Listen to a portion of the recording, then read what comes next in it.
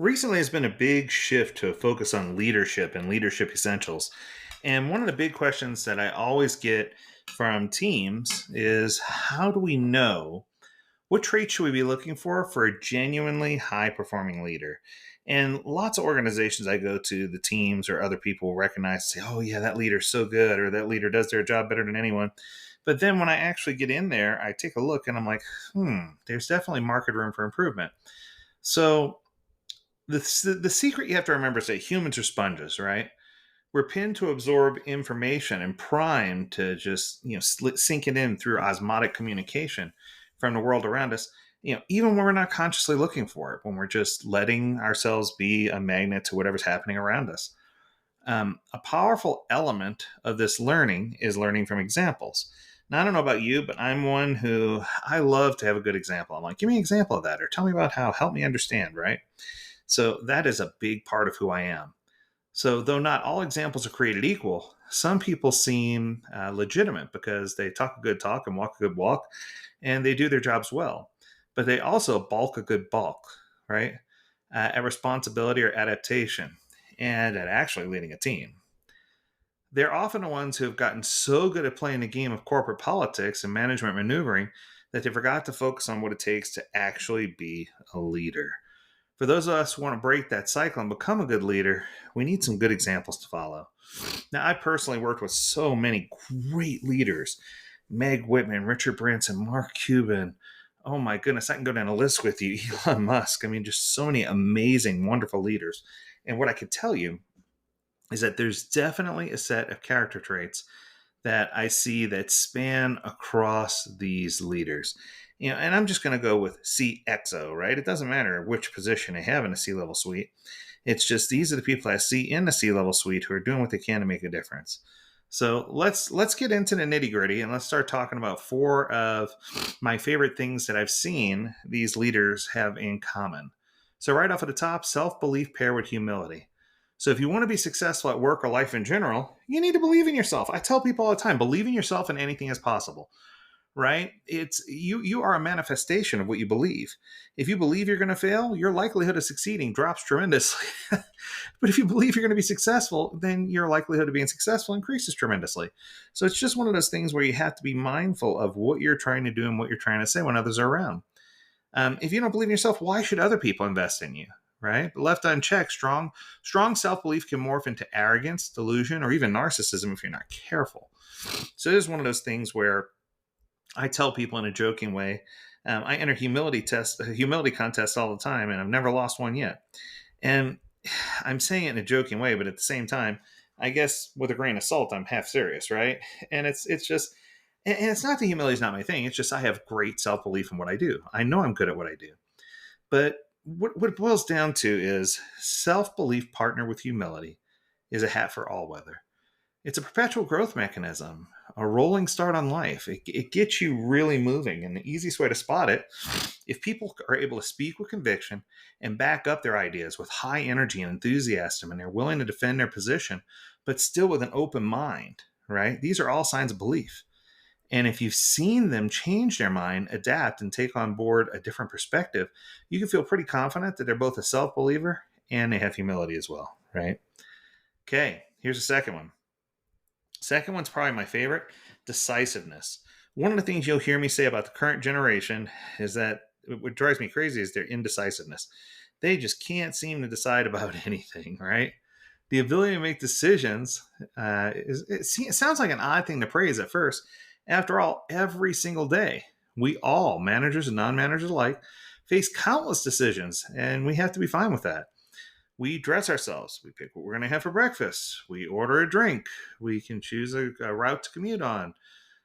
We lay out our tasks for the day. We select which topics we want to talk about for small talk. I could go on and on and on, right? It's just there's so many things we talk about. Nobody expects a pat on the back for picking up their socks, for heaven's sake. I hope not.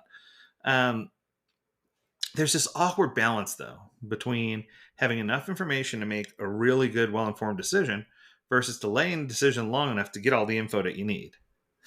And to be honest, a lot of early decisions you'll need to make will be more like, how do I make the best of these bad choices? Or How do I live with making a suboptimal decision? I won't realize it's suboptimal until it's too late and I can't change it. Because those are things that we face every single solitary day, right? So, because you don't really know the true knock on effects of what you're doing until you've done it a few times and lived through the pain, fear, anxiety, win, loss, opportunity, right? Some lessons have to be lived to be learned. It isn't, it's in this delta between perception and reality that being able to make a decision matters. Stick or twist, commit or quit. You can't do it all. You just cannot do everything. What you do is as much down to what you say, down to what you say no to, as what you say yes to. I tell people all the time: when you say no to something, you're saying yes to something else.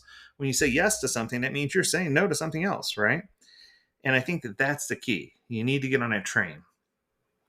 Being able to make decisions is such a critical and effective skill because it resolves the one thing that's quick death for a leader, and that's stagnation, right? How about this one for leaders? Coming at number 3 is a bias for action. The only constant in a leader's life is change. And you can quote me on that, right? That's the only constant in a leader's life. The company you join isn't the one you leave. It's a heaving juggernaut, constantly weathered and eroded by the winds of time. A ship of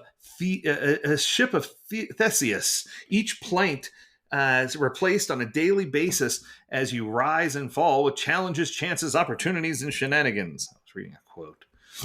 It's just funny. What they're trying to say is it takes a lot of effort to keep things as they are. You can just rest on your laurels and hope for the best. I mean, things change. We're forced to be in a responsive mode, or we'll fall exactly where we stand. So if you don't respond, you're going to fall. No man ever steps in the same river twice, for it's not the same river, and he's not the same man. That is just a killer quote, right? You got to stay mobile, duck and move, bob and weave, stand on your tippy toes, look alive, right? Because the universe is gearing up for its next swing, and it's potentially the knockout punch. If you're feeling stuck, don't be like Jake Paul, right? Don't provoke Mike Tyson. Get moving, do something, anything. I remember dealing with this for so many times. I have one client who will remain unnamed.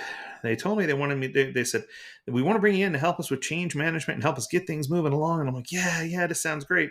And they said, but we have a rich culture, what we do here. So we don't necessarily want to change what we do. We want to take what we're currently doing and agilify it. We want to sprinkle a little scrum dust on it, make it scrummy. And I was like, you're absolutely kidding, right? But unfortunately, this person wasn't.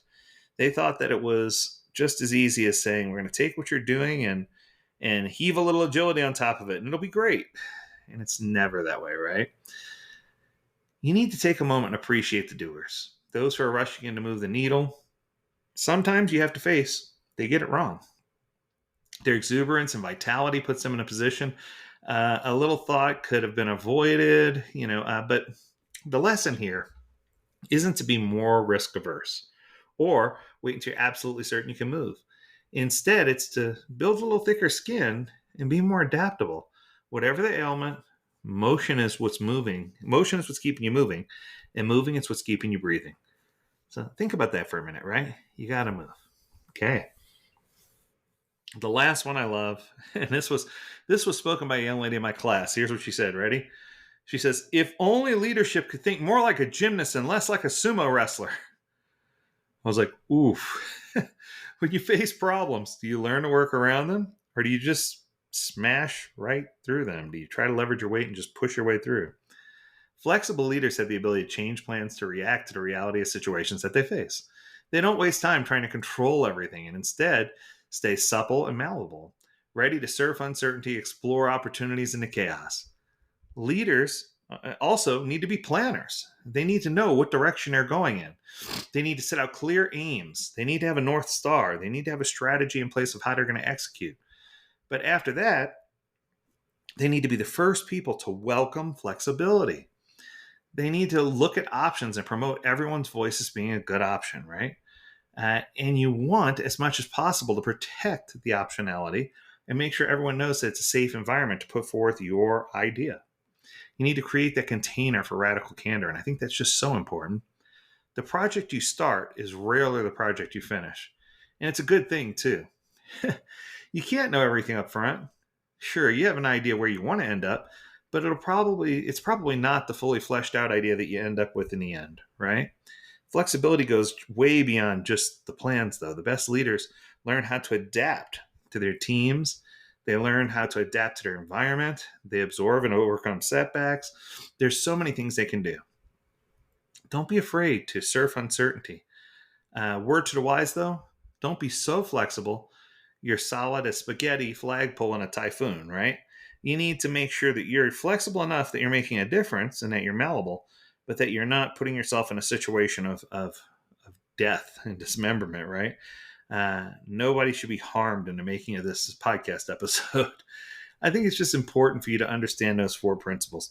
And if you can master self belief, married with humility, be decisive, understand a bias for action, and be flexible, those are the four tools that are going to help you really be the leader you're trying to be.